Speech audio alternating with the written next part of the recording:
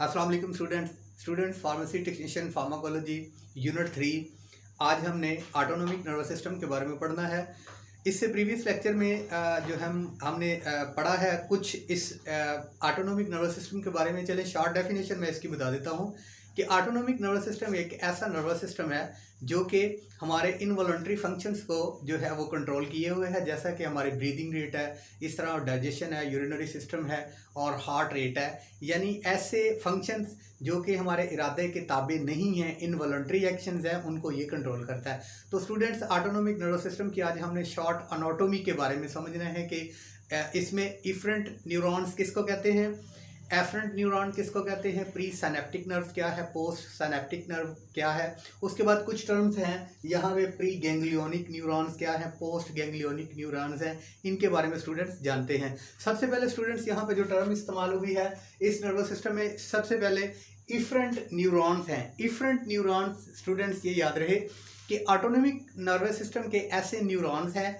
Efferent ई से है, ये एग्जिट याद रहे, एग्जिट वर्ड याद रखिएगा। एग्जिट का मतलब है निकलना, यानी ये इफरेंट जो न्यूरॉन्स हैं ये बॉडी से और स्पाइनल कॉर्ड से निकलते हैं और ये मुख्तलिफ इफेक्टर्स की तरफ जो है नर्व इम्पल्सेस को लेकर जाते हैं। सो इफरेंट ब्रेन स्पाइनल कॉर्ड से निकलने वाले न्यूरॉन्स हैं और ये सेंट्रल नर्वस सिस्टम से जो है इफेक्टर्स की तरफ जो है वो इन नर्व इम्पल्सेस को लेकर जाते हैं। ये याद रहे स्टूडेंट्स। उसके बाद मैं आपको बता दूं कि प्री गैंग्लियोनिक न्यूरॉन्स क्या होता है और पोस्ट गैंग्लियोनिक न्यूरॉन्स क्या होता है। ये टर्म्स के बारे में जब आपको पता चल जाएगा, आपके कॉन्सेप्ट क्लियर हो जाएंगे, तो आपको पता, फिर आप फार्माकोलॉजी में जब हम ड्रग एक्शन के बारे में कोई भी बात करेंगे, प्री गैंग्लियोनिक न्यूरॉन्स की, पोस्ट गैंग्लियोनिक न्यूरॉन्स की, साइनैप्स की, तो आपको पता चलेगा साइनैप्स क्या है, प्री गैंग्लियोनिक न्यूरॉन्स क्या है, पोस्ट गैंग्लियोनिक न्यूरॉन्स क्या है, गैंग्लियन क्या है। तो स्टूडेंट्स चलिए स्टार्ट करते हैं। मैं आपको शॉर्ट बता दूँ। प्री गैंग्लियोनिक न्यूरॉन्स जो हैं ये ऐसे न्यूरॉन्स हैं जिनकी सेल बॉडी डायरेक्टली तौर पे जो है वो अटैच है स्पाइनल कॉर्ड के साथ और ब्रेन के साथ। यानी यहाँ मैंने डायग्राम जो है वो शॉर्ट सा बनाया हुआ है। ये जो है फॉर एग्जांपल ये 1 2 3 ये प्री गैंग्लियोनिक न्यूरॉन्स है। इनकी सेल बॉडी डायरेक्ट ब्रेन के साथ या स्पाइनल कॉर्ड के साथ अटैच है और इनके एक्सॉन जो है वो यहाँ पे गैंग्लियन बनाएंगे, वो मैं आपको बता देता हूँ। तो पोस्ट गैंग्लियोनिक न्यूरॉन्स के बारे में बता दूँ कि जो डायरेक्ट जिनकी सेल बॉडी हमारे ब्रेन के साथ और हमारे स्पाइनल कॉर्ड के साथ अटैच है वो होंगे प्री गैंग्लियोनिक न्यूरॉन्स।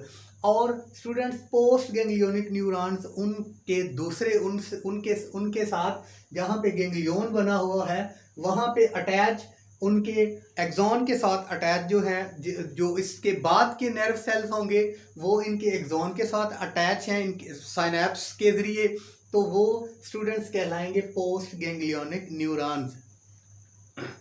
अब जो प्री गैंग्लियोनिक न्यूरॉन्स हैं उनकी सेल बॉडी ब्रेन के साथ अटैच है या तो स्पाइनल कॉर्ड के साथ, और जो पोस्ट गैंग्लियोनिक न्यूरॉन्स हैं उनकी जो एक्सॉन है, सेल बॉडी जो है वो तो गैंग्लियन के साथ जो है वो इसके साइनैप्स दरमियान के अंदर है और ये अटैच है प्री गैंग्लियोनिक न्यूरॉन के साथ, एक्सॉन के साथ। और जो पोस्ट गैंग्लियोनिक न्यूरॉन्स हैं इनके जो एक्सॉन हैं वो अटैच हैं इफेक्टर्स के साथ या तो हार्ट के साथ या ग्लैंड्स के साथ। तो स्टूडेंट्स आगे देखते हैं कि जो एफरेंट्स हैं न्यूरॉन्स वो क्या है। स्टूडेंट्स, एफरेंट जो है ये मैंने इसके बारे में, इफरेंट के बारे में बताया था कि नर्व इम्पल्सेस ब्रेन से और स्पाइनल कॉर्ड से जो हैं वो इफेक्टर्स की तरफ लेकर आते हैं, हार्ट की तरफ, ग्लैंड्स की तरफ, स्मूथ मसल्स की तरफ। और जो एफरेंट है ए से, एफरेंट न्यूरॉन्स ऐसे न्यूरॉन्स हैं जो कि नर्व इम्पल्सेस को इफेक्टर से, हार्ट से या तो हमारे डाइजेस्टिव सिस्टम से या हमारे यूरिनरी सिस्टम से ये जो है नर्व इम्पल्सेस को कंडक्ट करते हैं और ये सीएनएस की तरफ, स्पाइनल कॉर्ड की तरफ या ब्रेन की तरफ लेकर जाते हैं। तो स्टूडेंट्स, उसके बाद पैरासिम्पैथेटिक न्यूरॉन्स क्या है, ये कहाँ से निकलते हैं। स्टूडेंट्स, पैरासिम्पैथेटिक न्यूरॉन्स जो हैं ये क्रेनियल नर्व्स से निकलते हैं। ये याद रहे कि एक सेंट्रल नर्वस सिस्टम है जिससे स्पाइनल नर्व्स निकलती हैं और एक पेरिफेरल नर्वस सिस्टम है जिससे जो क्रेनियल नर्व्स निकलती हैं ब्रेन से बराह रास्त स्पाइनल कॉर्ड से सीएनएस से इफेक्टर्स की तरफ, ठीक है। तो ये जो सिंपैथेटिक न्यूरॉन्स है ये क्रेनियल नर्व्स का तीसरा, सातवां, नावां और 10वां पेयर है, जो कि स्पाइनल कॉर्ड से और क्रेनियम ब्रेन कैविटी से बराह रास्त जो है वो हमारे इफेक्टर्स की तरफ मूव करते हैं। तो स्टूडेंट्स यहाँ पे जो अगली हमारे पास टर्म है वो है function of stimulation of parasympathetic neuron. Parasympathetic neuron और सिंपैथेटिक न्यूरॉन्स के अंदर अगर आपको डिफरेंस का पता चल गया तो समझे कि आपको ऑटोनॉमिक नर्वस सिस्टम का पता चल गया। तो शॉर्टली स्टूडेंट्स मैं आपको सबसे पहले सिंपैथेटिक न्यूरॉन्स के बारे में ही बताता हूँ, उसके बाद पैरासिम्पैथेटिक न्यूरॉन्स के बारे में बताऊँगा। सिंपैथेटिक न्यूरॉन्स का उल्ट पैरासिम्पैथेटिक न्यूरॉन्स होगा, सिंपैथेटिक नर्वस सिस्टम का उल्ट पैरासिम्पैथेटिक नर्वस सिस्टम होगा। तो स्टूडेंट सबसे पहले बता दूं सिंपैथी क्या है। सबसे पहले स्टूडेंट्स यहाँ पे मैं सिंपैथेटिक नर्वस सिस्टम को बताता हूँ। ये ये कब मतलब सिंपैथेटिक जो है ये नर्वस सिस्टम हम पे अप्लाई होता है। अब इसको समझने के लिए कुछ एग्जांपल्स हैं। ट्रॉमा की कंडीशन के अंदर, फियर के अंदर, हाइपोग्लाइसीमिया के अंदर, कोल्ड के अंदर, एक्सरसाइज के अंदर। और स्टूडेंट्स कभी कभी आपने देखा है कि हम तेज़ एक्सरसाइज कर रहे होते हैं और हमारी हार्ट बीट जो है वो उसका रेट, हार्ट बीट ज़्यादा हुई होती है, उसके बाद जो है वो हमारी ब्रीदिंग रेट ज़्यादा हुई होती है। उसकी वजह क्या है? ये एड्रेनालिन हार्मोन की वजह से। उसका फंक्शन क्या है? वो fight and flight function hormone है। किन किन कंडीशन के अंदर वो जो है वो रिलीज होता है fight and flight function hormone? सबसे पहले स्टूडेंट ट्रॉमा के अंदर, ऐसी कंडीशन के अंदर, ठीक है, ये सिंपैथेटिक, ये याद रहे कि सिंपैथेटिक नर्वस सिस्टम, आपने ये याद रखना है कि ये हमें सिंपैथी देता है। यानी हमें सिंपैथी कब चाहिए? जब हम फेवरेबल कंडीशन हमको चाहिए कि हमारी कोई फेवर करे, हमें हमदर्दी की ज़रूरत है। हमदर्दी हमें किन किन मौक़ों पे ज़रूरत है? जब कभी हमारे पीछे कुत्ता लग जाता है तो फिर ये सिंपैथेटिक नर्वस सिस्टम जो है ये काम करता है। जब फाइट एंड फ्लाइट फंक्शन की ज़रूरत होती है तब यही जो सिस्टम है ये काम करता है और हमें फाइट एंड फ्लाइट फंक्शन के लिए बिल्कुल रेडी कर देता है।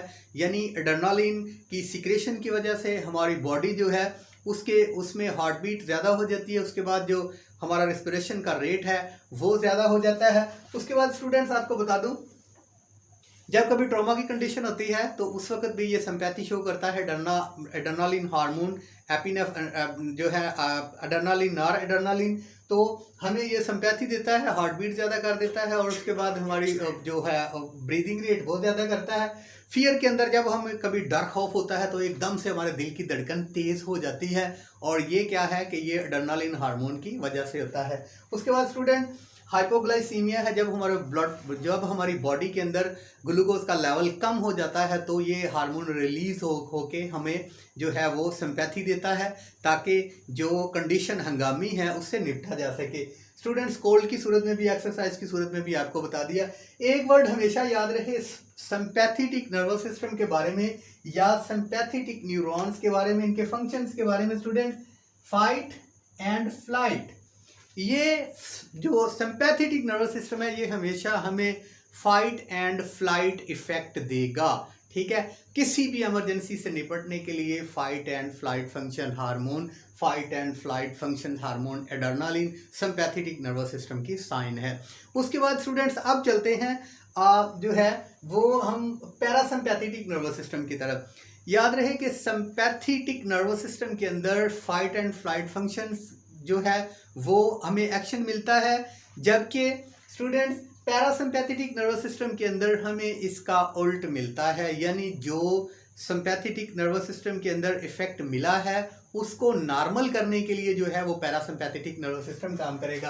अब स्टूडेंट पैरासिम्पैथेटिक नर्वस सिस्टम जो है उसमें देखते हैं कि ये कहाँ पे काम करता है। इसके जो न्यूरॉन्स हैं वो कब काम करते हैं, इसका फंक्शन पैरासिम्पैथेटिक नर्वस सिस्टम का क्या होगा।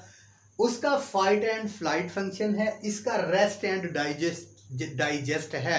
दो टर्म्स हमेशा याद रहे आपको कि जो सिंपैथेटिक न्यूरॉन्स हैं फाइट एंड फ्लाइट और जो पैरासिम्पैथेटिक हैं वो रेस्ट एंड डाइजेस्ट। यानी जो एक्शन सिंपैथेटिक न्यूरॉन्स ने दिया उस इफेक्ट को नॉर्मल करने के लिए पैरासिम्पैथेटिक इफेक्ट करता है। फॉर एग्जांपल यहाँ पे स्टूडेंट्स देखें, सिंपैथेटिक नर्वस सिस्टम में हमारी हार्ट बीट को ज़्यादा कर दिया, हमारे ब्रीदिंग रेट को ज़्यादा कर दिया, ठीक है, और पैरासिम्पैथेटिक ने उस रेट बढ़े हुए को नॉर्मल किया, ठीक है। ये इन दोनों का फंक्शन है, एक दूसरे के उल्ट काम करते हैं। अब यहाँ पे इसके न्यूरॉन्स पैरासिम्पैथेटिक के और सिंपैथेटिक के न्यूरॉन्स में थोड़ा डिफरेंस है, ये मैं आपको बता देता हूँ। जो पैरासिम्पैथेटिक नर्वस सिस्टम है उसके जो न्यूरॉन्स है उसका प्री सिनेप्टिक नर्व जो है स्टूडेंट्स वो लॉन्ग है बनिस्बत पोस्ट सिनेप्टिक नर्व की पैरासिम्पैथेटिक नर्वस सिस्टम में, और सिंपैथेटिक में ये उल्ट काम है। जो सिंपैथेटिक का प्री सिनेप्टिक नर्व है वो शॉर्ट है और जो पोस्ट सिनेप्टिक नर्व है इसका ये लॉन्ग है। ये याद रहे स्टूडेंट्स, साइनेप्सिस के बारे में मैं आपको पहले भी बता चुका हूँ।